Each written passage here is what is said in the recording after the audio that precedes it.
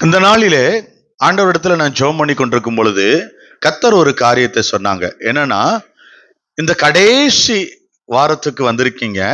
கடைசி வாரத்துக்கு வந்த உங்களை ஆண்டவர் சொன்னாங்க, அர்ப்பணிக்கிற வாரமாக இதை மாற்றிக்கொடு. அல்லேலூயா. எல்லாத்தையும் கர்த்தர் கையில ஒப்பு கொடுக்கணும். பல சபைகள்ல பாத்தீங்கன்னா 3 நாட்கள், ஒரு வாரம், இப்படி இந்த கடைசி நாட்கள்ல ஃபாஸ்டிங் பிரேயர் வைக்கிறாங்க. இன்னைக்கு ஆண்டவர் நம்ம சபையில அந்த சூழல்கள் இல்லை, செயல்படுத்த முடியல. ஏன்னா சில நாட்கள் நாங்கள் ஆரம்ப காலத்துல வைத்து பார்த்தோம், அது சரியா செட் ஆகலை. எல்லாரும் ஒர்க்குக்கு போக வேண்டிய சூழ்நிலை இருக்கனால யாராலையும் லீவ் போட முடியல அப்படின்னு சொல்லி மாட்டிக்கிச்சு. அதனால செயல்படுத்த முடியல. அதனால நாங்க அதை ஸ்டாப் பண்ணிட்டோம். இதனால அந்த காரியத்தை குறித்து ஆண்டவர்கிட்ட நான் கேட்டுக்கொண்டிருக்கும் பொழுது ஆண்டவர் சொன்னாங்க, எல்லாரும் அர்ப்பணிக்க வேண்டும், ஒப்பு கொடுக்கணும். அப்போ ஒப்பு கொடுக்கிறதை பற்றி, அந்த அர்ப்பணிக்கிறதை கொடுக்கிறதை பற்றி நீ பேசு. அவங்க ஆத்மாவை எப்படி கொடுக்கணும், எதை அவர் எதிர்பார்க்கிறாரு, எதை அவர் அங்கீகரிக்கிறாரு, இந்த வருடத்துல அவர் எதை முடிக்கணும்னு நினைக்கிறாரு, என்ன செய்யணும்னு நினைக்கிறாருன்றத என்கிட்ட சொல்ல ஆரம்பித்தாரு. அப்ப நான் அதை குறித்து கொண்டு வந்தேன். அதுக்கு ஆதாரமாக ஒரு வசனத்திலிருந்து நாம தொடங்க போகிறோம். சங்கீதம் 34வது சங்கீதம் 18வது வசனத்தை வாசிக்க கேட்டு. நொறுங்குண்ட இருதயம் உள்ளவர்களுக்கு கர்த்தர் சமீபமாயிருந்து நறுங்குண்ட ஆவி உள்ளவர்களை ரட்சிக்கிறார். நறுங்குண்ட ஆவி உள்ளவர்களை ரட்சிக்கிறார். அல்லேலூயா. இந்த வார்த்தைக்காக சிஸ்டர் அவங்க செபிப்பாங்க. ஆமேன், ஆமேன், அல்லேலூயா. அந்த வசனத்தை இன்னொரு விஷயம் வாசிக்கலாம். நொறுங்குண்ட இருதயம் உள்ளவர்களுக்கு சமீபமாயிருந்து. இந்த வசனத்தை பார்த்தீங்களா? ஆண்டவர் சொல்றாரு, ஒருத்தவன் அர்ப்பணிக்கிறதை ஒப்பு கொடுக்கறதுல ஒரு முக்கியமான ஒரு விஷயம் அதுல இருக்கு.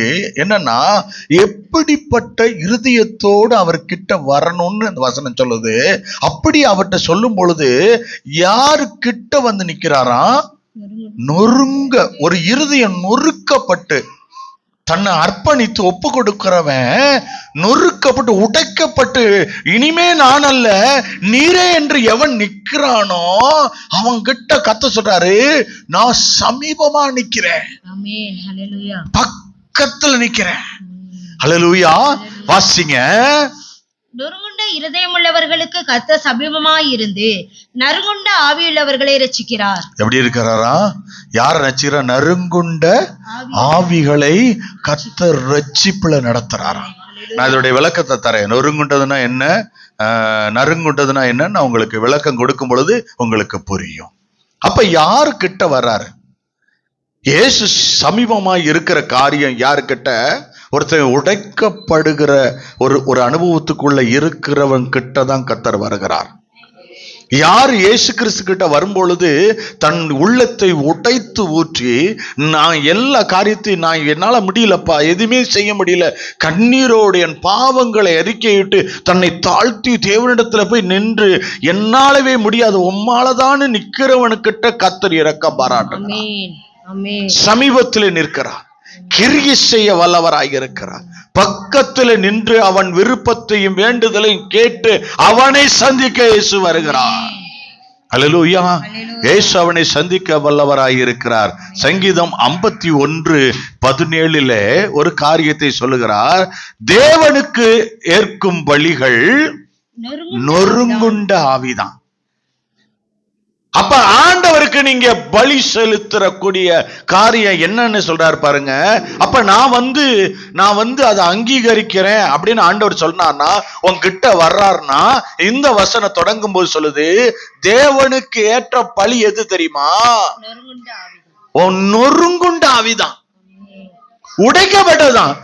இங்க பாருங்க, நீங்க யாரால உடைக்கப்பட்டிருந்தாலும், எந்த காரியத்தின் நிமித்தம் நீங்க உடைக்கப்பட்டிருந்தாலும், கர்த்தருடைய சமூகத்துல வந்து நின்னீங்கன்னா உங்க கண்ணீரை துடைக்கிறதுக்கு அவர் அங்க வந்தே தருவார். அவர் உங்களை சந்திக்க அவர் தீர்மானம் பண்ணுவார். உங்களுக்கு சமீபமாய் அவர் வருவார். அல்லேலூயா. நீங்க பல நாள் அழுது கண்ணீர் சிந்தி இருக்கலாம், போராடி இருக்கலாம். நீங்க கிட்ட வந்துட்டீங்க. உங்களுடைய உடைக்கப்பட்ட அந்த உள்ளத்துல நெருங்குண்ட ஆவிகளை, உங்க இருதயம் அந்த கதறி குமரல கர்த்தர் அதை கேட்கு உங்க சமீபத்துக்கு வந்திருக்கிறார். அல்லேலூயா. இன்னைக்கு அதனாலதான் சொன்னாரு, இருவர் மூவருக்கே வர்றேன்னா இத்தனை பேருக்காக நான் நிப்பேன்றாரு. இங்க வந்து நிப்பேன்றாரு. கட்டாயம் அப்பா இங்க இருப்பாங்க. நான் விசுவாசிக்கிறேங்க, உங்க இருதயத்தில் உள்ள வேண்டுதல்களையும் நீண்ட நாள் ஆசைகளையும் இயேசு நிறைவேற்ற போகிறார். நான் நம்புறேன். இந்த 3 நாட்களுக்குள்ள என்ன வேணாலும் நடக்கும். உங்க வாழ்க்கையில ஆண்டவர் புதிய வருடத்துக்குள்ள உங்க ஆசீர்வாதத்தை கொடுத்துதான் உங்க உள்ள உங்களை அனுப்புவாரு. அனுப்பும் போது நிப்பாரு பின்னாடி. ராஜாதி ராஜா, கர்த்தாதி கர்த்தர் பின்னாடி நிப்பாரு. நான் நிக்கிறேன். இப்ப தைரியமா அந்த வருஷத்துக்குள்ள பிரவேசி. அல்லேலூயா, அல்லேலூயா. அநேகருக்கு இந்த காலை பொழுது இந்த மார்னிங் எப்படி இருக்குன்னு தெரியாது. ஆனா வந்திருக்கிற உங்களுக்கு நல்லதான் இருக்க போகுது. அல்லேலூயா. இன்னைக்கு நல்லதா தான் கர்த்தர் கொடுக்க போறாரு. தேவனுக்கு ஏற்ற வழி எதுனா நொறுங்குண்ட ஆவிதான். தேவனே நொறுங்குண்டதும் நறுங்குண்டதுமான இருதயத்தை என்ன செய்ய மாட்டாரா? அப்படி உள்ளவங்களை நீ போடான்னு தள்ள மாட்டாரு. நிறைய பேர் மனுஷன்ட்ட போய் நீங்க எவ்வளவு அழுது உங்க பிரச்சனைகளை புலம்பி பாருங்களேன். கொஞ்ச நாள் கேட்பான், கொஞ்ச நாள் சொல்லுவான், அப்புறம் பார்த்தா இதுக்கு வேலையே இல்லை, இதுக்கு வேலையே. நான்லாம் இப்போ நான் வந்து தேவனிடத்துல அழுது தான் ஜெபிப்பேன். எப்பயுமே கண்ணீர் விட்டு தான் ஜெபிப்பேன். அப்படி நான் ஜெபிக்க போகும்பொழுது என்னுடைய பரிசுத்தத்துக்காக தான் அதிகமாக நான் ஜெபிப்பேன். ஏன்னா இந்த உலகத்தில் நான் பரிசுத்தமாக இருக்கிறேன்னு நான் சொல்லிக்கலாம், நான் இல்லாட்டி சொல்லலாம், நான் வாழலாம், நான் என்னன்னு நான் திருப்திப்படுத்திக்கலாம். ஆனால் பரலோகம் ஒரு பரிசுத்தத்தை வச்சிருக்கோம். அந்த பரிசுத்தம் எனக்கு கிடைக்கணும்னு நான் எப்பயுமே ஜெபிக்கிற வழக்கம் உண்டு. அப்ப இதை யார் சொல்லி கொடுத்தானா? ஆவியானவர் சொல்லி கொடுக்குறாரு. நான் ஜெபம் பண்ணும்போது ஆவியானவர்கிட்ட போய் கேட்பேன், எப்படி ஏசப்பாக்கு ஜெபம் பண்ணா அவருக்கு ஒரே கேட்பாரு, எதை செஞ்சா சொல்லி தருவாருன்னு ஆவியானவருக்கு தான் தெரியும். அவர் தான் சொல்லி கொடுக்க. ஏன்னா ஏசு சொன்னாரு, நான் போகிறது உங்களுக்கு பிரயோஜனமாக இருக்கும், தேட்டரவாளன் உங்களிடத்துல வருவார். நியாய தீர்ப்பை குறித்து உலகத்தை குறித்து கண்டித்து உணர்த்துகிறவர். அப்ப அவருக்கு தெரியும் என்ன செய்யணும், எப்படி ஜெபிக்கணும் என்னன்னு. அப்ப ஆவியானவர்கிட்ட போய் கேட்கிறேன். ஜெபம் பண்ணும் போதெல்லாம் ஆவியானவர்கிட்ட ஏசப்பாக்கு எது பிடிக்கும்? பாவ அறிக்கை ரொம்ப பிடிக்கும். அதுலயும் வசனங்களை சொல்லி நம்ம அறிக்கை செய்கிறது ரொம்ப பிடிக்கும். அப்ப நான் கேட்கிறேன் ஆவியானவர்கிட்ட, பாவரிக்கை பண்றதுக்கு நீ என்ன செய்யணும்? என் உள்ள உடைக்க பண்ணணும்னா, அப்ப சங்கீதம் 51 எனக்கு காண்பிக்கிறாரு. அது முழுவதும் பாவரிக்கை. அதை சொல்லி சொல்லி ஜெபம் பண்ணு, அதை அறிக்கிட்டு ஜெபம் பண்ணு. ஏசாயா தீர்க்க தரிசன புஸ்தகத்துல 59ஆம் அதிகாரத்துல 1-2 வசனங்கள், இடையில நிறைய வசனங்கள் இப்படி கோடிட்டு காண்பித்து வசனங்களை சொல்லி ஜெபம் பண்ணு. ஏன்னா உன்னால சுய வார்த்தைகளினால விடுதலை பெற முடியாது. நீங்க யாருக்காவது ஒருத்தருக்கு இயேசு குறித்து சொல்லும் பொழுது உங்க சொந்த சாட்சிகளையும் மற்ற காரியத்தை சொல்லி பாருங்களேன், ரசிக்கப்பட மாட்டாங்க. ஆனா தேவனுடைய வார்த்தையை சொல்லி பாருங்களேன், இயேசு எதுக்கு பிறந்தாரு, என்ன செய்தாரு, எதுக்காக மரித்தாரு, எதுக்காக 3ஆவது நாள் வந்தாரு, இப்ப என்ன செஞ்சுக்கிட்டு இருக்காரு, நமக்கு என்ன தேவைன்னு. இந்த வார்த்தையை பார்த்தீங்கன்னா சிம்பிளா இருக்கும், ஒண்ணுமே இருக்காது. ஆனா இதுக்குள்ள ஜீவன் இருக்கு. இது நமக்கு என்ன செய்ய தெரியாது. ஆனா உள்ளுக்குள்ள ஒருத்தனுக்குள்ள இறங்கிருச்சுன்னா, ஒரு சில பேர் பாவத்தின் பிடியில் இருப்பான், ஒரு சில பேர் இருள் அவனை எதுவுமே காண முடியாது அப்படி முடக்கி வச்சிருக்கோம். இந்த வசனம் உள்ள போனோடனே அந்த இருளை வெளியேற்றினோடனே அவனுக்கு ஒரு நம்பிக்கை வரும், எனக்காக ஒருத்தர் இருக்கிறாருன்னு, என்னை காப்பாற்ற அவர் வருவாருன்னு ஒரு நம்பிக்கை அது கொண்டு வரும். இன்னைக்கு ஆண்டவர் சொல்றாரு, இந்த வார்த்தை நீங்க பாத்தீங்கன்னா அற்பமா இருக்கும். என்னங்க இது உகந்த பலின்றாரு, என்கிட்ட வர்றது இது மேன்மையானதுன்றாங்க. என்னவா? தேவனுக்கு ஏற்கும் பலி நொறுங்குண்டாவிதானா? அது என்னங்க நொறுங்குண்ட? அப்ப நான் அழுதாதான் இதா இருக்குமான்னு இல்ல, உன் உள்ளம் உடைக்கப்பட்டுச்சுன்னா பரலோகத்துல உட்காரவே முடியாது அவரால. என் பிள்ளை இங்க அழுதுகிட்டு இருக்கு, நான் எப்படி பரலோகத்துல உட்காரவே முடியாது. உனக்காக இங்க வருவார். இந்த உலகம் எப்படிப்பட்ட உலகம்? பாவத்துக்கு பஞ்சம் இருக்கா? நம்மெல்லாம் என்ன நினைச்சுக்கிட்டு இருக்கோம், எப்படா இந்த உலகத்தை விட்டு பரலோக ராஜ்யத்துக்குள்ள பிரவேசிப்போம்னு இருக்கிற உலகம். அவ்வளோ பாவம், அவ்வளோ பொய், அவ்வளோ களவு, அவ்வளோ காரியம், அசுத்தம் நிறைஞ்ச உலகமா இருக்கு. இன்னைக்கு நம்ம ஏன் பரிசுத்தத்தை தேடி உள்ள வந்து ஜெபம் பண்ணி என்ன கழுவும் நிக்கிறோம்? பரலோகத்துக்குள்ள போறதுக்கு. அவர் பாருங்க, நீங்க எங்க இருக்கீங்கன்னா அவர் அங்க இருந்து இங்க வராரு. எவ்வளவு பரிசுத்தமான இடம், இந்த அசுத்தமான இடத்துக்கு நீங்க இருக்கீங்கன்னா அவர் என் பிள்ளை இருக்கிற இடத்தை விட மேன்மையான இடம் ஒண்ணுமே இல்லைன்னு அவர் இங்க உங்களை தேடி வராரு. எவ்வளவு நேசிக்கிறார் பாருங்க. கேட்கிற உடனே செய்கிறாரு. நேற்று எனக்கு ஒரு ஆச்சரியமான காரியம் நடந்துச்சு. ஆயத்த ஜெபத்துல ஜெபம் பண்ணிட்டு இருக்கோம். ஒரு 3 பேர் தான் இங்க இருந்தாங்க ஆயத்த ஜெபத்துல. நான் அன்னைக்கு அந்த ஆயத்த ஜெபத்துல நாங்க ஜெபம் பண்ணிக்கிட்டு இருக்கும்போது கர்த்தர் சொல்றாரு, யூட்ரஸ் பிரச்சனையினால ஒருத்தவங்க வரப்போறாங்க அப்படின்னு சொல்லி ஆண்டவர் வந்து எங்கிட்ட 2-3 தடவை காண்பிக்கிறாரு. அப்ப நாங்க ஜெபம் பண்ணிக்கிட்டு இருக்கும்போது ஜெபம் பண்ணிட்டு விட்டோம். சரி, நாளைக்கு வர போறாங்க போல இருக்கு, இன்னைக்கு ஆண்டவர் அந்த பிரச்சனை வர்றவங்களுக்காக ஜெபிக்க சொல்றாரு போல இருக்குன்னு நினைச்சிட்டு நாங்க உட்காந்துருக்கோம். பார்த்தா கொஞ்ச நேரத்துக்குள்ள ஒரு சகோதரனும் சகோதரியும் பிரேயருக்கு வர்றாங்க. அவங்க இங்க வந்து ஜெபம் பண்ணும் பொழுது அவங்க சொல்றாங்க, அடிக்கடி அவங்க வந்து கன்சீவ் ஆகி அபார்ட் ஆகிட்டே இருக்குன்றாங்க. அதுவாவே. அப்ப கர்த்தர் என்ன சொன்னாரு? கர்த்தர் சொன்ன அந்த ஒரு குறிப்பிட்ட நேரத்துக்குள்ள வந்துட்டாங்க. இப்படி உள்ளவங்க வரப்போறாங்கன்னு சொல்றாரு. அவங்க அந்த அந்த ஜீவன் அந்த அந்த உயிர் பெற விடாம பிசாசு அவங்களுக்குள்ள இருந்துகிட்டு அவங்கள கட்டி வச்சு அவங்கள அந்த அந்த அந்த உயிர் பெற விடாம அதை அழிக்குதான். எவ்வளவு தந்திரக்காரன் எங்களுக்குள்ள உட்கார்ந்துருந்தான்னு நீங்க கேட்டீங்கன்னா ஆச்சரியப்படுவீங்க. ஒரு விஷயத்த சொல்றேன், நீங்க அந்த சாட்சி ஜீவன்ல சாட்சி இங்க கேட்க போறீங்க. ஆமென். அந்த மனுஷனுடைய தோள் பட்டையில உட்கார்ந்து கழுத்து அப்படி பிடிச்சிருக்கான். தோல்ல இந்த இடத்துல உட்காந்து குத்த வச்சு உட்காந்து கழுத்துல அப்படி பிடிச்சிருக்கான். அந்த இடத்துல யாரு சொன்னானா எனக்கு தெரியல, நான் ஜெபம் பண்ணிக்கிட்டு இருக்கேன். ஆனா ஒரு ஸ்பிரிட் இருக்கிறத உணர்ந்தேன். அவர் சொன்னாரு, பாஸ்டர் எனக்கு பின்னாடி தான் நிக்கிறான், என் தோல்ல தான் உட்காந்துருக்கான்னு அவர் சொல்றாரு. அப்பாவுடைய நாமம் சொன்ன உடனே அலறான். ஏதோ ஒரு அக்கினி உள்ள இறங்க ஆரம்பிக்குது போல இருக்கு. அவன் உட்கார்ந்துருக்க பிடிச்சு எலும்பி வெளியே வர்றான். கட்டளை கொடுத்த உடனே இயேசு என்ற நாமத்தை சொன்ன உடனே விழுந்து ஓடிட்டு அந்த மகளுக்கு முன்பாக ஒரு கருப்பு நிற கண்கள் நின்றதான். அது விலகி ஓடியே போனதான். என் வயிற்றுல ஒரு அக்கினி சூடு இறங்குனது போல இறங்கி அப்படியே அமர்ந்து ஜில்லுன்னு ஆயிடுச்சுன்னு சொன்னிச்சு. நீங்க கேட்க போறீங்க அந்த சாட்சியை. அவங்க வருவாங்க. ஒரு எமர்ஜென்சியா ஒரு காரியமா அவங்க சென்னை பண்ண போயிருக்காங்க. அவங்க வருவாங்க. இங்க நீங்க சாட்சி கேட்க போறீங்க. என்ன? அவங்க கர்ப்பம் தரிச்ச சாட்சியும் கேட்க போறீங்க. கர்த்தர் குழந்தையை கொடுப்பேன்னு சொல்லி அனுப்பிச்சிருக்காரு. அவன் விழுந்து போனா இயேசு ஜெயமெற்றார். ஏன் சொன்ன இந்த சாட்சி சொல்றேன்னா, நான் பெரியவன்னு காட்டுறதுக்கு இல்ல, அவரு எவ்வளவு பெரிய தேவன். இங்க வந்து ஒருத்தன் வர்ற போறான்னு இந்த பாவிட்ட சொல்றாரு. அற்பமானவங்க என்கிட்ட சொல்றாரு, ஒரு குடும்பம் வரப்போது தத்தளிக்குது, அந்த குடும்பத்தை காப்பாத்துன்னு. ஏன்னா அவரை நம்பி வர்றாங்க. இன்னைக்கு சொல்றாரு, உன் உள்ள உடைக்கப்பட்டுச்சுன்னா உனக்காக தான் இயேசுங்க வர்றாரு. உன்னை தொடுவதற்கு, உன்னை விடுவிக்கிறதுக்கு தான் இயேசுங்க வர்றாரு. ஹல்லேலூயா, ஹல்லேலூயா. இங்க நான் பெரியவர் அல்ல. சாலமோனை காட்டிலும், தேவாலயத்தை காட்டிலும், தேவாலயத்தை காட்டிலும், சாலமோன் ஞானத்தை காட்டிலும் பெரியவர் இங்கே இருக்கிறார். பலிபீடத்தை காட்டிலும் இயேசு பெரியவர், இயேசு பெரியவர். அதை சொல்லதான் நான் உங்க முன்னாடி வந்திருக்கிறேன். ஹல்லேலூயா, ஹல்லேலூயா. ஒரு காரியத்தை இப்ப வாசிப்போம். யாக்கோபு 4:6. அவர் அதிசயமான கிருபையை அளிக்கிறாரே. எதை கொடுக்கிறாரா? அதிசயமான கிருபையை. இதை நீங்க பார்க்க போறீங்க. அதிசயமான கிருபையை தரப்போறாராம்.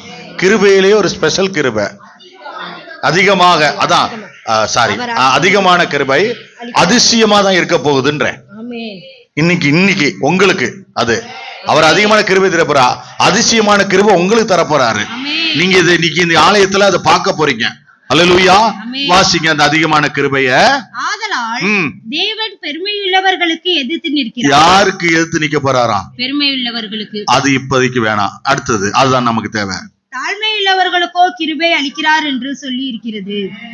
அல்லேலூயா, அல்லேலூயா. அந்த அதிசயமான கிருபைய நான் ஏன் உங்களுக்கு சொன்னேன்னா, நீங்க தாழ்மையா இருக்கிறதுனால, முக்காடிட்டு இருக்கிறதுனால கர்த்தர் உங்களுக்கு அதை கொடுக்கிறாரு. கர்த்தர் உங்களுக்கு அதை கொடுக்கிறாரு. அந்த அதிசயமான கிருபைய, நீங்க காணாத கிருபைய அந்த அதிசயமானவரிடத்துல இருந்து நீங்க பெற்றுக்கொள்றீங்க. அல்லேலூயா, அல்லேலூயா. கர்த்தர் உங்களுக்கு கொடுக்க வேண்டும் என்று சொல்லி விரும்புகிறார். அவர் தாழ்மையுள்ளவர்களுக்கு அவர் கிருபை அளிக்கிறாராம். அப்ப நான் உடைக்கப்பட்டு கர்த்தருடைய சமூகத்துல வந்து இன்னைக்கு இந்த வருடத்துல வந்துட்டேன். இனி 3 நாள் இருக்கு. என்ன நான் உடைச்சு ஒப்பு கொடுக்கிறேன், ஆண்டவரே அர்ப்பணிக்கிறேன், என்ன நான் விரும்பிய தர்றேன் என்ன அப்படின்னு சொன்னா, புதிய வருஷம் உனக்கு தான். புதிய வருஷம் உனக்கு ஒரு நன்மையோட கர்த்தர் உன்னை சந்திக்க வைப்பாரு. ஒரு பெரிய அதிசயத்தை தான் நீ இந்த புதிய வருஷத்துல காண்ப. அல்லேலூயா, அல்லேலூயா. உள்ளம் நொறுக்கப்படுதலை பற்றி வேதத்துல நிறைய இடத்துல கொடுக்கப்பட்டிருக்கு.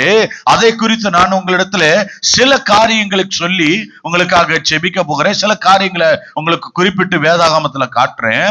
ஒரு காரியம், ஆவிக்குரிய வல்லமையால யாக்கோபு நிரப்பப்பட்டார்.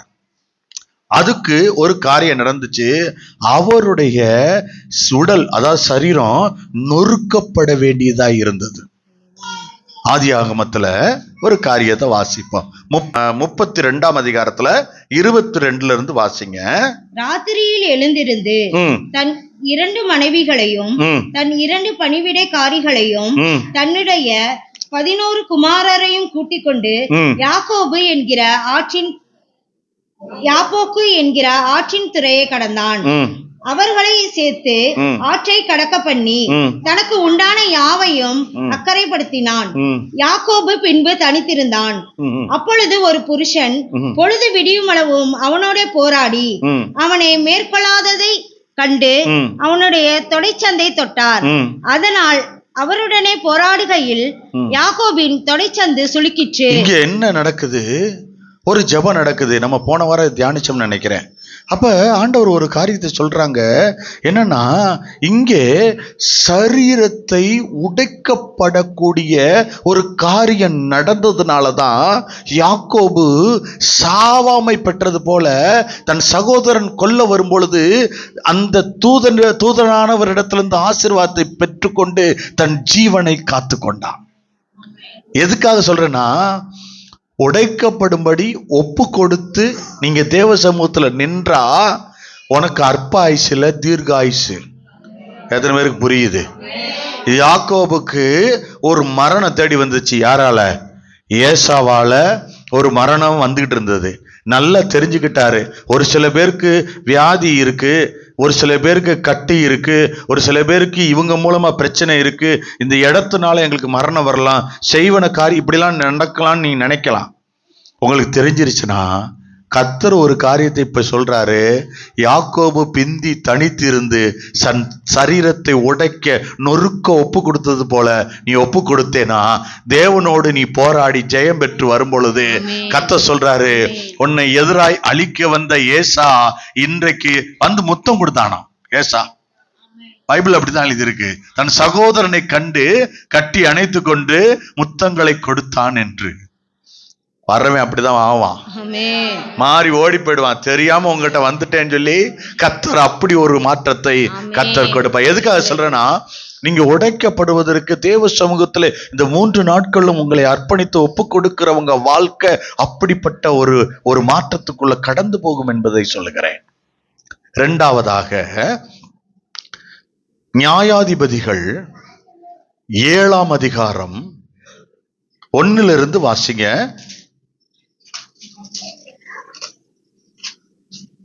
அப்பொழுது கிதியோனாகிய யெருபாகாலும் அவனோடு இருந்த ஜனங்கள் யாவரும் காலமே எழுந்து புறப்பட்டு ஆரோத் என்னும் நீரூற்றின் கிட்ட பாளையம் இறங்கினார்கள். மீதியானரின் பாளையம் அவனுக்கு வடக்கே மோரே மேட்டின் பின்னான பள்ளத்தாக்கிலே இருந்தது.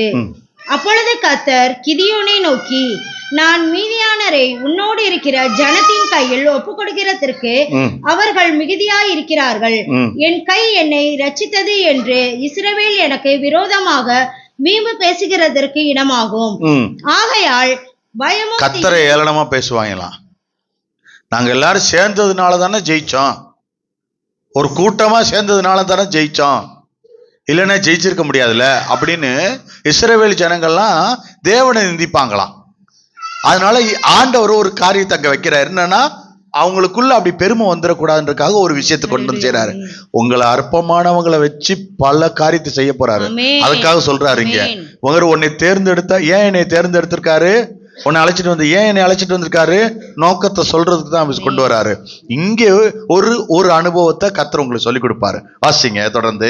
ஆகையால் பயமும் திகிலும் உள்ளவன் எவனோ அவன் திரும்பி கிளையாத் மலைகளில் இருந்து விரைவாய் ஓடிப்போக கடவன் என்று. யாருக்கு பயம் இருக்கோ, திகில் இருக்கோ, நடுக்க இருக்கோ, அவன் ஓடி போட்டோம்.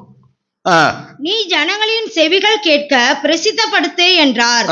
அப்பொழுது ஜனத்தில் 26,000 பேர் திரும்பி போய்விட்டார்கள், 16,000 பேர் மீதி இருந்தார்கள். சொன்ன உடனே பயந்தவன், திகிலுள்ளவன், கூட்டத்தை கண்டவன், அந்த சிச்சுவேஷனை பார்த்தவன், அங்க இருக்க சூழ்நிலைகளை பார்த்தவன் ஓடுறான் பாருங்க. எத்தனை ஆயிரம் பேரு? 26 ஓடிட்டான்.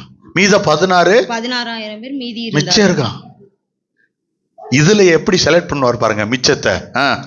கர்த்தர் கிதியோனை நோக்கி, ஜனங்கள் இன்னும் அதிகம் அவர்களை தண்ணீர் அண்டைக்கு இறங்கி போக பண்ணு, அங்கே அவர்களை பரீட்சித்து காட்டுவேன், உன்னோட கூட வரலாம் என்று நான் யாரை குறிக்கிறேனோ அவன் உன்னோட கூட வரக்கடவன், உன்னோட கூட வரலாகாது என்று நான் யாரை குறிக்கிறேனோ அவன் உன்னோட கூட வராதிருக்க கடவன் என்றார்.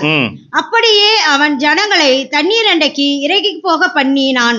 அப்பொழுது கர்த்தர் கிதியோனை நோக்கி, தண்ணீரை ஒரு நாய் நக்கும் பிரகாரமாய் அதை தன் நாவினாலே நக்குகிறவன் எவனோ அவனை தனியையும் குடிக்கிறதற்கு முழங்கால் ஊன்றி குனிகிறவன் எவனோ அவனை தனியையும் நிறுத்து என்றார். 2 டீமா பிரிக்க சொல்றாரு.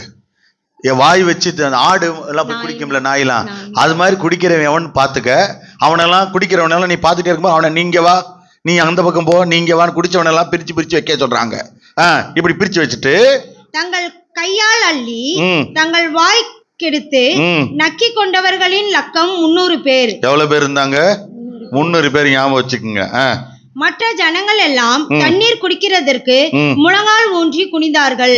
அப்பொழுது கர்த்தர் கிதியோனை நோக்கி, நக்கி குடிக்கின்ற அந்த 3 பேராலே நான் உங்களை ரட்சித்து மீதியானரை உங்கள் கையில் ஒப்பு கொடுப்பேன். எப்படி மீதியானரை? அவன் 1,00,000 பேரு, அவனை முடிக்கிறதுக்கு நாங்க திரளான கூட்டம் போய் தான் ஜெயிச்சுட்டு வந்தோம்னு சொல்ல விடாம எல்லாரையும் பிரிச்சு பயந்தவனை ஓட விட்டுட்டு முழங்கால் போட்டு குடிக்கிறவனை, அள்ளி குடிக்கிறவனை எல்லாம் பிரிச்சு 300 பேர் நக்கி குடிக்கிறவனை பிடிச்சிட்டார். ஏன்னா அவன் இன்னும் தாழ்மையா நிக்கிறத பாக்குறாரு. எவன் ஒருத்தர் ரொம்ப அந்த வணங்கி தன்னை ஒடுக்குறானோ, சரீரத்தை ஒடுக்குறவனை பாக்குறாரு.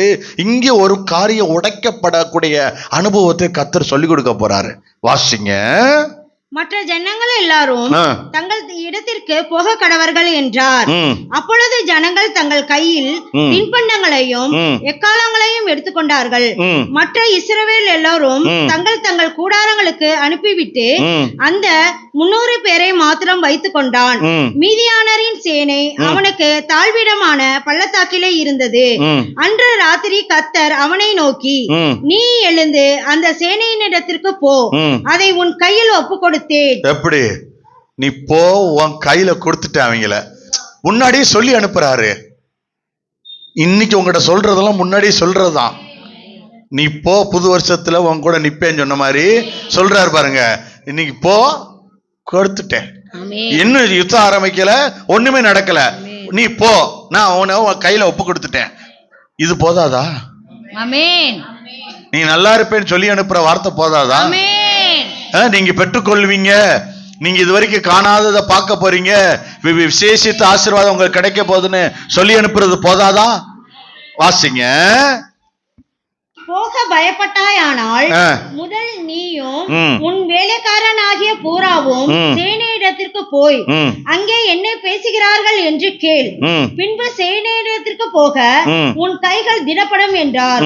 அப்படியே அவனும் அவன் வேலைக்காரனாகிய பூராவும் சேனையின் முன்னணியிலே ஜாமம் காக்கிறவர்களின் இடம் மட்டும் போனார்கள். மீதியானரும் அமலேக்கியரும் சகல கிழக்கத்தி புத்திரரும் வெட்டுக்கிளிகளைப் போல திரளாய் பள்ளத்தாக்கிலே படுத்து கிடந்தார்கள். அவர்களுடைய ஒட்டகங்களுக்கும் கணக்கில்லை.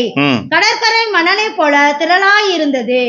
கிதியோன் வந்தபோது ஒருவன் மற்றொருவனுக்கு ஒரு சொப்பனத்தை சொன்னான். அதாவது, இதோ ஒரு சொப்பனத்தை கண்டேன். சுட்டிருந்த ஒரு வார்கோதுமை அப்பம் மீதியானரின் பாளையத்திற்கு உருண்டு வந்தது. அது கூடாரம் மட்டும் வந்தபோது அதை விழத்தள்ளி கவிழ்த்து போட்டது. கூடாரம் விழுந்து கிடந்தது என்றான். அப்பொழுது மற்றவன், இது யோசுவாவின் குமாரனாகிய கிதியோன் என்னும் இஸ்ரவேலனுடைய பட்டயமே அல்லாமல் வேறல்ல. தேவன் மீதியானரையும் இந்த சேனை அனைத்தையும் அவன் கையிலே ஒப்பு கொடுத்தார் என்றான். சொப்பனத்தை அங்க கொடுத்துட்டாரு. அவங்க கண்டுட்டு தவிக்கிறாங்க. இங்க வந்துச்சு விஷயம். கர்த்தர் ஆனா சொல்லிட்டாரு என்னன்னா, 15ஆம் வசனத்துல, கர்த்தர் மீதியானேர் பாளையத்தை உங்கள் கையில் ஒப்பு கொடுத்தார். சிலதெல்லாம் ஒப்பு கொடுக்க போறாரு. நீங்க ஒப்பு கொடுக்க கர்த்தர் சமூகத்துக்குள்ள வர்றதுனால சிலதெல்லாம் எதிராக இருக்கிறதெல்லாம் உங்க கையில ஒப்பு கொடுப்பாரு. என்ன தெரியுமா? நீங்க பார்த்துதான் அவங்களுக்கு செய்யற மாதிரி. அப்படி திரும்ப போதுங்க. எப்படி சோகமான ஆமீன் வைக்கிறாங்க பாரு. வாசிங்க.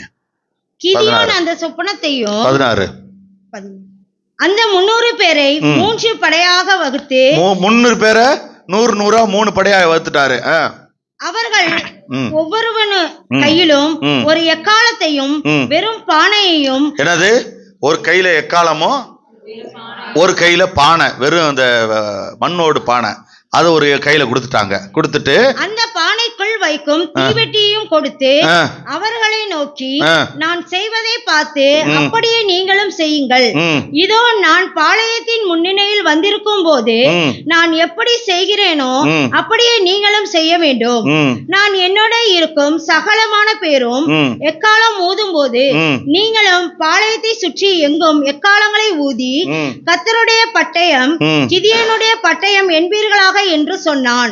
நடு ஜாமத்தின் துவக்கத்தில் ஜாமக்காரரை மாற்றி வைத்த பின்பு கிதியோனும் அவனோடு இருந்த 100 பேரும் அந்த ஜாமத்தின் துவக்கத்திலே பாளையத்தின் முன்னணியில் வந்து எக்காலங்களை ஊதி தங்கள் கையில் இருந்த பானைகளை உடைத்தார்கள்.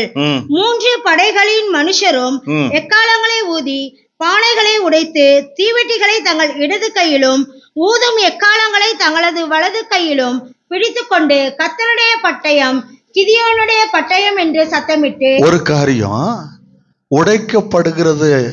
என்ன உடைக்கப்படுது? பானை உடைக்கப்படுது.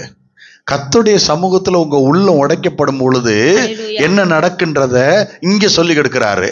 நீ ஏன் உடைக்கப்படணும், ஏன் இருதயம் நொறுங்குண்டது ஆகணும், நொறுக்கப்படணும், நான் இங்க ஏன் கதறி அழுகணும்னா, நீங்க உடைச்சேனா யுத்தத்தை முடிவு வந்துருன்றார். நீண்ட நாள் உன்கிட்ட போராடிட்டு இருக்கான், உன்னை அழுகு வச்சிட்டு இருக்கான்ல, அவன் துண்ட காண துணியை காண ஓட போறானா.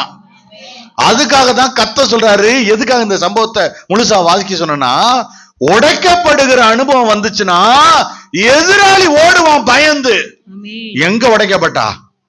கர்த்தருடைய சமூகத்துல நீ உடைக்க கொடுத்தேனா. அதுக்கு தான் அந்த பானை அடையாளமாக இந்த கிதியோனுடைய காரியத்தை உங்கள்கிட்ட சொன்னேன். நீ உடைக்கப்படும் பொழுது நீ எதிராளிக்காக ஜெபிக்க வேணாம், அவன் ஓடுறத மட்டும் நீ பார்க்க போற. கர்த்தருடைய சமூகத்துல உங்க உள்ளம் உடைக்கப்படணுங்க. உடைக்கப்பட்ட அங்க ஒரு காரியம் நடக்கும். முதல்ல சரீரம் நொறுக்கப்பட்ட யாக்கோபை பார்த்தோம். 2வது பானை உடைக்கப்பட்டதை பார்த்தோம். 3வது பிற்கப்படுகிற அனுபவத்தை மத்தேயு 14ஆம் அதிகாரம் 19ஆம் வசனத்துல பார்க்க போறோம். பிற்கப்படுகிற அனுபவம். இதுக்கு எதுக்கு கொடுக்கப்படணும்? நம்ம சரீரத்தை, உள்ளத்தை, ஆவிய அப்படின்றத நம்ம பார்க்க போறோம். மத்தேயு 14:19. அப்பொழுது அவர் ஜனங்களை புல்லின் மேல் பந்தி இருக்க கட்டளையிட்டு அந்த 5 அப்பங்களையும் அந்த 2 மீன்களையும் எடுத்து வானத்தை அண்ணாந்து பார்த்து ஆசீர்வதித்து அப்பங்களை பிட்டு சீஷர்களுக்கு கொடுத்தார்.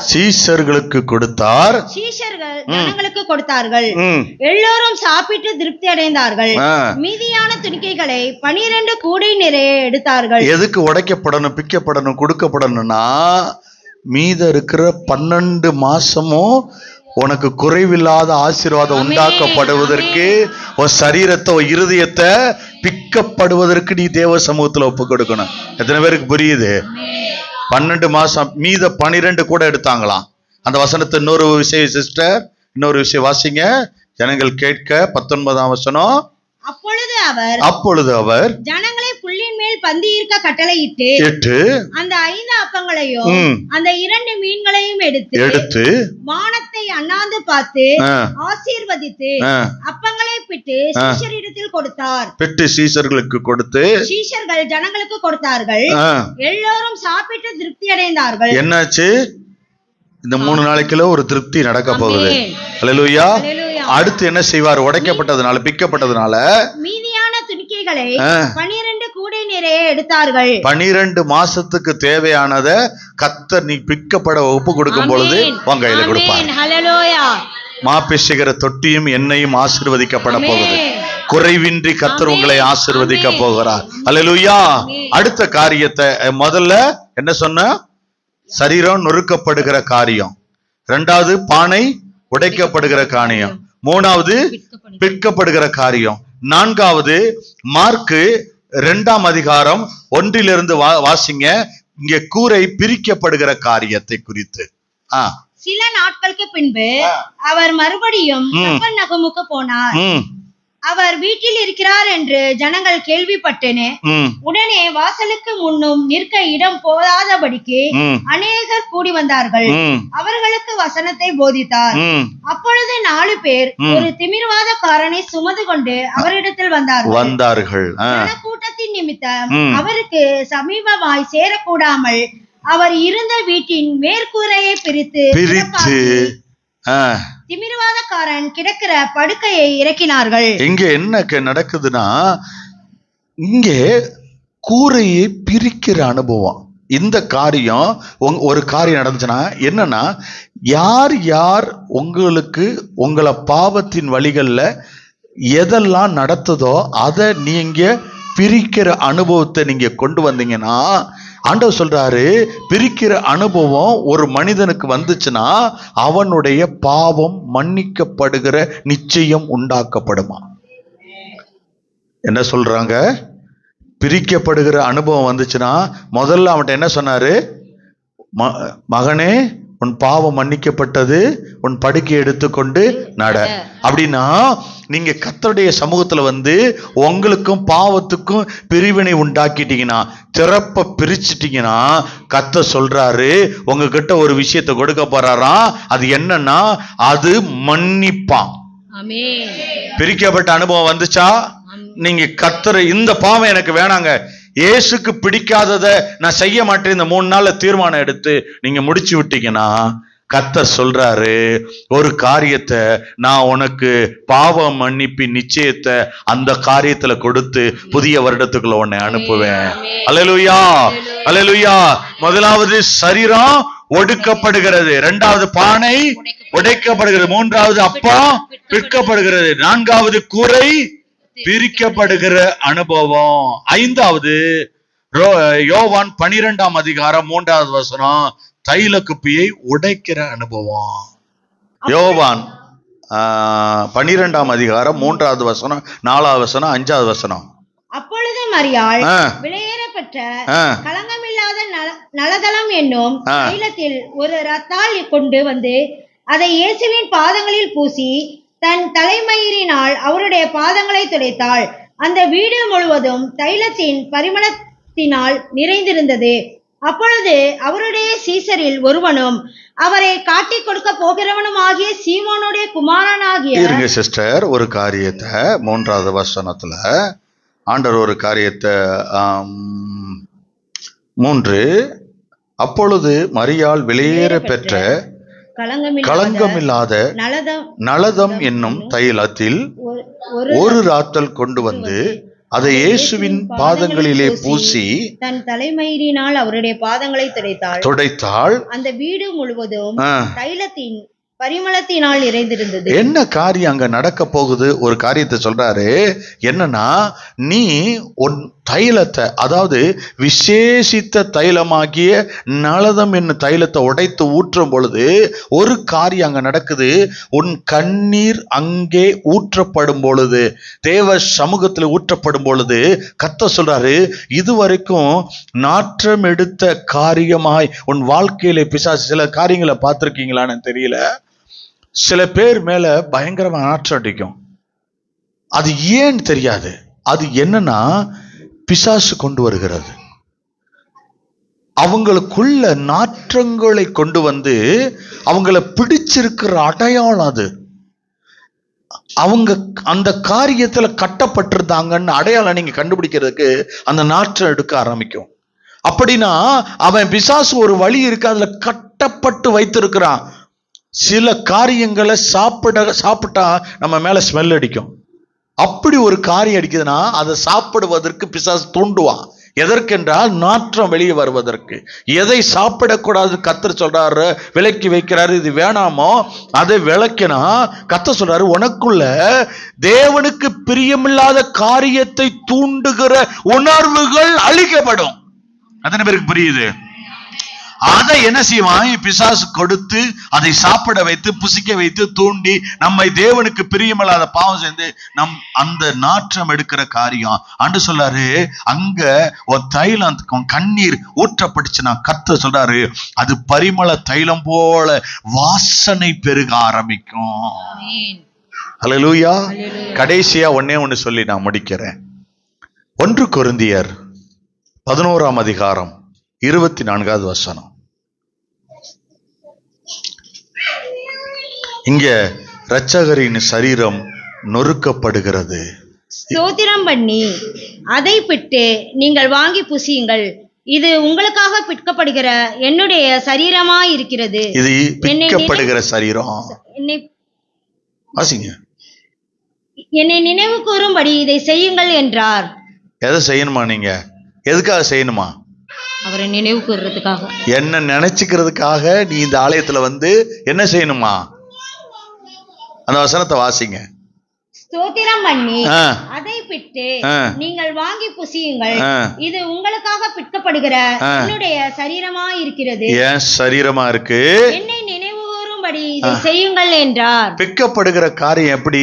இயேசுவின் சரீரத்தை பிற்கப்படுகிறத நீங்க எங்க வந்து செய்யணும்னா, தேவாலயத்துல உங்க ஜெப ஆலயத்துல நீங்க ஜெபிக்கிற இடத்துல வந்து எந்த காரியத்தை நீங்க சொல்லணும், அறிக்கையிடணும், செயல்படுத்தணும், தியானிக்கணும்னா இயேசுவின் சரீரத்தில் அடிக்கப்பட்ட ஆணியின் காரியத்தை, எத்தனை ஆணி அடிக்கப்பட்டது, எப்படி அவர் நொறுக்கப்பட்டார், ஈட்டினாலே துளைக்கப்பட்டார், முள்முடி சூட்டப்பட்டார், அவர் நமக்காக காயமானார். எதுக்குன்னா அந்த சரீரம் பிக்கப்படுகிறது. இந்த அனுபவத்தை கர்த்தர் சொல்றாரு. எதற்கு என்று சொன்னால், இந்த சரீரம் நொறுக்கப்பட்டதுக்கு காரணம் மக்கள் மீட்கப்படணும். அப்ப நீ இங்க சரீரத்தை குறித்து, ஆண்டவருடைய சரீரத்தை குறித்து, சிலுவையின் பாடுகளை குறித்து இந்த இடத்துல நீ கதறி அழுது, எனக்காக நொறுக்கப்பட்டீர், எனக்காக அடிக்கப்பட்டீர், நீ உடைக்கப்பட்டு ஒப்பு கொடுக்கும் பொழுது ரட்சிப்பு, அந்த மீட்பு மக்களுக்கு போனது போல உனக்குள்ள மீட்கப்படக்கூடிய காரியங்கள் அங்கே நடைபெற ஆரம்பிக்கும். அப்ப என்னன்னா, சில காரியங்கள் நம்மளால மீட்டெடுத்து வெளியே வர முடியும், சிலது முடியவே முடியாது. சிலது கர்த்தர் சொல்றாரு, சத்தியத்தை அறிவீர்கள், சத்தியத்தையும் அறிவீர்கள், வந்துடும் அது விடுதலை. அது கிரியை செய்யும். ஆண்டவர் சொல்லி கொடுத்தாரு, இதெல்லாம் நீ இந்த வருஷத்துல செஞ்சா புதிய வருஷத்துல அங்க சொல்லப்பட்ட அத்தனையும் அப்படியே மாற்றமா அங்க நடக்கும். அல்லேலூயா.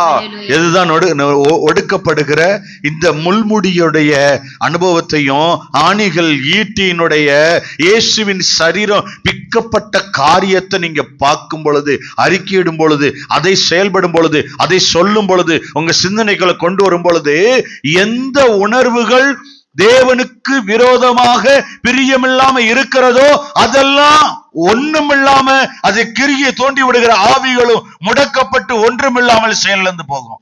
உங்க கை பாவம் செய்ய ஓடுதுன்னா, இந்த கையை சிலுவையில் அடிக்க ஒப்பு கொடுத்து எனக்காக அந்த ரத்தம் சிந்தி இருக்கிறார் நீங்க அர்ப்பணிக்கும் பொழுது அது முடிவுக்கு வரும். என் கண்ணு எதை பார்க்கணும்? இயேசு பிதாவை நோக்கி பார்த்தாரு. கீழானதை பார்க்காதீங்க. இந்த கீழானது எதுவுமே கிடைக்காது. என் கூட வந்தாலும் இருக்காது. அது ஒரு நாள் அழிஞ்சு போகும். பரலோகத்தை நோக்கி பாருங்க, மேன்மையானதை பாருங்க. கர்த்தர் உங்களுக்கு கொடுக்கிற மேன்மை அதிகமா இருக்கும். அல்லேலூயா. நான் நொறுக்கப்படுகிறதையும் இந்த நொறுங்குண்டதையும் நறுங்குண்டதையும் ஒரு பெரிய சாப்டரா எடுத்து வந்திருக்கேன். நிறைய அதுல இருந்து உங்களுக்கு போதித்து கொடுக்க வேண்டும். நேரம் இல்லாதபடினாலே இந்த காரியத்துல நான் உங்களுக்கு போதித்து, ஆண்டவர் எனக்கு கொடுத்ததுல உங்களுக்கு எடுத்து கொடுத்துட்டேன். நிச்சயமா இது உங்களுக்கு பிரயோஜனமா இருக்குன்னு நான் நம்புறேன். தொடர்ந்து நம்ம சாட்சியின் வேலைக்கெல்லாம் உங்களுக்கு கொடுக்க போறேன். நான் ஜெபம் பண்ணி அந்த காரியத்தை அர்ப்பணிப்போம். நம்ம எல்லாரும் கண்களை மூடி. எங்களன்பின் பரலோக பிதாவே, பரிசுத்த பிள்ளையாகி இயேசு கிறிஸ்துக்களாக வந்து மெய்சோத்தரிக்கிறேன். இதனாலிலும் ஆண்டவரே, அந்த ஒவ்வொரு பிள்ளைகளையும் உடைய கரத்துல ஒப்பு கொடுக்கிறேன்ப்பா. இந்த வசனத்தை ஆண்டவர் நீர் எங்களுக்கு தந்தீர். என்ன சொன்னீங்க? நாங்க நம்பணும். இந்த காரியம் எங்க வாழ்க்கையில நடக்கணும்னு நீங்க விரும்புறீங்க.